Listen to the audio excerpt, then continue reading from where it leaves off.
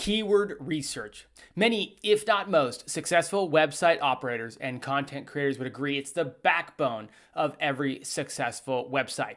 And today, I want to share with you 12 totally free ways to do keyword research. Now, don't get me wrong, I love and use paid keyword research tools every single day at my agency.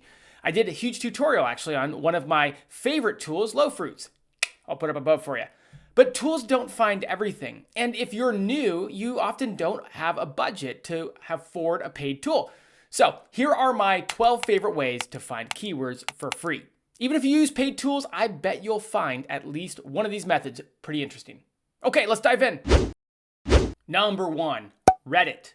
So Reddit tends to be the place that people go to express how they really feel. You get a lot less filtering as it's a forum and not controlled by a search engine. Well, as much, but not by Google, I guess. The popular online forum is a goldmine for information. Reddit is great, and you can browse through relevant subreddits that can yield a wealth of industry-specific terms and phrases. Need ideas for what is wrong about a product or what the question that people have about a topic really is? Reddit is a great place to go. Number 2, Quora. Now, Quora is a fantastic platform to find questions that people are asking for your specific industry topics. Not only will this provide keyword ideas, but it can also give you insight into the type of content your audience is actually interested in. So rather than surfing Quora like I would Reddit, I like to use a keyword tool, like maybe an Ahrefs or something, to find the questions they're ranking for. I know Ahrefs is a paid tool, but you can use other free tools to figure out rankings. I'm less concerned with the actual Quora answer that I find in the rankings and just more concerned with what Quora is ranking for. You see, usually if Quora ranks, say, in the top 5 positions on Google for a query, that means it's a pretty easy keyword to rank for. Number 3, Google Autocomplete.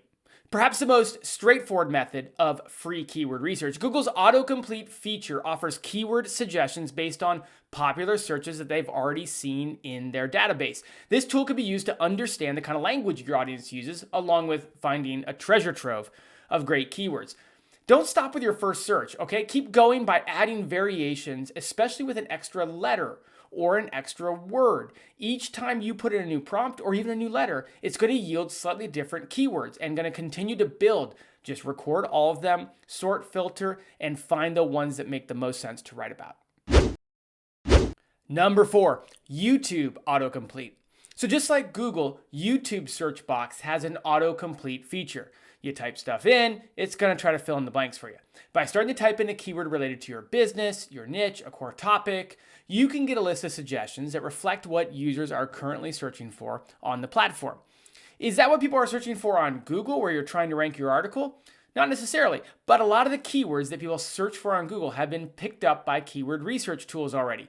These same tools tend to miss topics that are only surfaced on YouTube.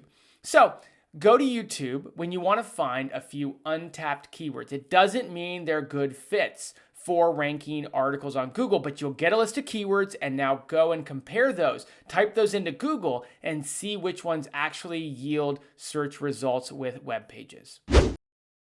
Number 5, Amazon autocomplete. Amazon's autocomplete feature provides excellent insight as well. Now, their insights are going to be more focused on consumer trends and product-focused keywords. But hey, if you're an affiliate marketer, product-focused keywords is where you make your money.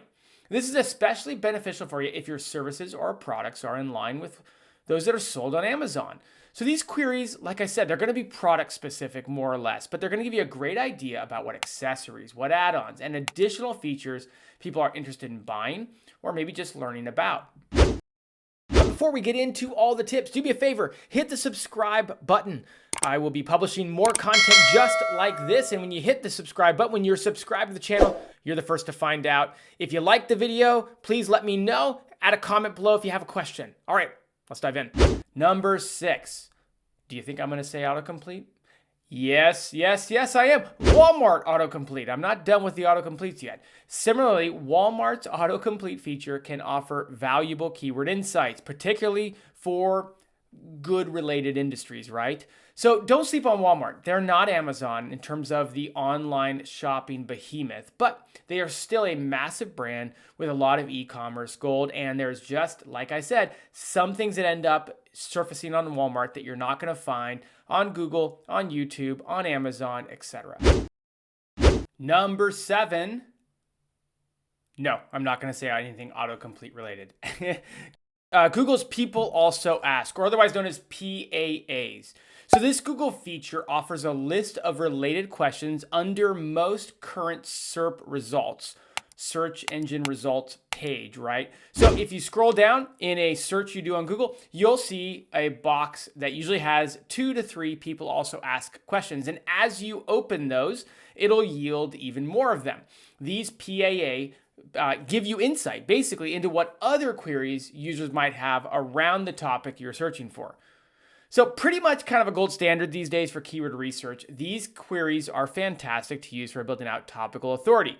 So you can write about these different concepts, 500, 600 words oftentimes, link them back up to a bigger header pillar page of yours and build topical authority out. Send some relevance over to your product review pages as well. Now, one thing to note, many of these queries are not related. They get them really wrong sometimes. So make sure you do some filtering as you look over those PAAs. Number 8, Google Trends. Hey, this tool allows you to explore the popularity of search terms over time. You can use Google Trends to understand seasonal keyword changes and identify rising topics. So seasonality is a big factor in many niches, and I use Google Trends to determine some seasonality. If yours is one of those that is suspect or subject to seasonality, then it's important to understand when queries are getting searched more than others. You need to know this so you know when to promote and publish.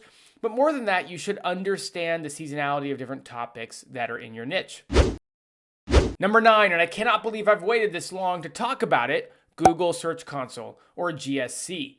So GSC offers a list of search terms that people use to find your website. Now, the reason why I put it so low is GSC is only good when your website is already getting traffic. You don't have access to other websites' GSCs. Well, if you could get access to your competitor's GSC, that would be a true gold mine, but I don't think that's going to happen. So you don't have any access to these keywords unless your website is getting traffic. But once it's getting traffic, going into your Google Search Console and reviewing the list of keywords that you're getting traffic and impressions for, you can better understand how your audience is currently finding you, what they're looking for, and how you can optimize your content to reach a wider audience. Rather than show you a screenshot, I would encourage you to dig deep by learning how to deep dive keyword research in GSC with regex commands. I did a long tutorial for you and I included it right there. Number 10, we're getting close. Industry forums. So by participating in industry forums, or just reading them, you can keep a pulse on the hot topics and concerns in your specific field. This engagement will offer key insight and potentially allow you to anticipate the trending topics or problems that are developing. So this is great to anticipate additional questions that your readers might have. So you might answer the first question in your article, but readers typically will have a second or third follow-up question. And I find that reading these forums gives you a good leg up on understanding the true nature, the true intention of a lot of your readers' questions. Number 11, FAQs on Google Business Profiles, otherwise known as Google My Business, otherwise known as the Google Map Pack. So if you look at a business and their Map Pack listing, you're basically looking at their Google Business Profile. And reviewing the frequently asked questions section here will provide insight into common customer inquiries, offering another source of keyword gold. Now, you want to trend at focusing on the popular businesses that are in your niche because usually they're the only ones that actually end up having questions asked. They're usually at the bottom of the buying funnel, these people that are asking questions. And so their questions are really specific. And specific questions are good because if you can rank for a very bottom of the funnel, buyer-focused content, then you can convert heavily on those keywords. Number 12, last but not least, questions that are posted in blog comments. So lastly, reviewing questions and discussions in the comments section of industry blogs can reveal new keyword opportunities. This is a bit old school, as most people don't really engage in content through blog comments any longer, but it's still worth looking into. You might find some good gold here. All right, there it is. Those are my 12 completely, entirely, totally free ways to find keywords in today's Google SERP environment. You might have a few of your own. If you do, please leave them in the comments below. Don't get me wrong, this is no substitution for keyword research using paid tools. I use them every single day, but there are times when I turn to free keyword research methods because, let's face it, the paid tools oftentimes have a lot of the same keywords in them, and you can find additional keywords by digging outside of those tools. The best part about digging outside of those tools is that you're probably digging in areas that your competitors are not. Most of your competitors who know what they're doing and are already ranking are sticking to keyword research tools. And if you go outside of those, whether you're just a beginner or whether you're advanced, you're going to find keywords that nobody else is writing for. Good luck, and I hope you kill it.